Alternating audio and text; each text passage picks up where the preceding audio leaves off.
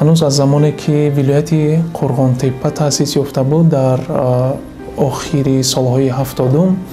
با تأسیس روزنامه ولایتی حقیقت قرغانتپه ستار قرهخانов با تیم قلمکشان این نشریه ولایتی پیوستند و اینک زیاده از 43 سال می شود که در این روزنامه ولایتی بدون تنفس فعالیت می کنند. دوره های بسیار خوب و بسیار مشکل را هم پشت سر کردند. شاهد رشد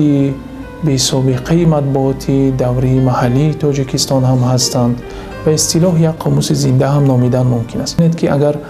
در گذشته مردم مثلا دستنویس میکردند، موادشان می آوردند، فرض کردیم از ماشین‌های چاپی استفاده میکردند، امروز کار از نقطه نظر تکنیکی سبکتر شده است، آسانتر شده است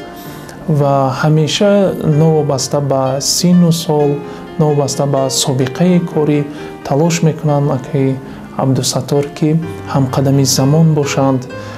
تلاش میکنند که از اصولهای معاصر کاری آرایشی مثلا صحیفه های نشریه و دیگر مثلا امکانیت های مدیا که امروز فراهم شده است استفاده کنند، مشورت کنند و همیشه کاری روزنامه را هم قدم زمان دیدن میخواهند که این فکر میکنم یک علامت یا یک نشانه بسیار هم ژورنالیستی حرفه‌ای بودن انسان را نشان میدهد. اکای عبدالستار طول فعالیت بسیار ساله خودشان با از جانب دولت با عنوانها با نشانی سرسینگی علوچی مطبوعات جمهوری تاجیکستان، علوچی فرهنگ جمهوری تاجیکستان سرفراز گردیدند. با افتخارنامه و سپاسنامه های خیلی زیاد از جانب مقامات اجرایی حکومت دولتی، ولایت ختلان، وزارت فرهنگ و دیگر مقامات های دولتی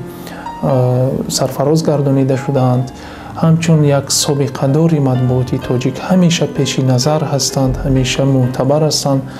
و ما صرف نظر از اون که در سن نفقه می باشند در اداره روزنامه به حیث کاتب مسئول کار میکنند و همیشه کوشش میکنند که مفید باشند برای روزنامه، همیشه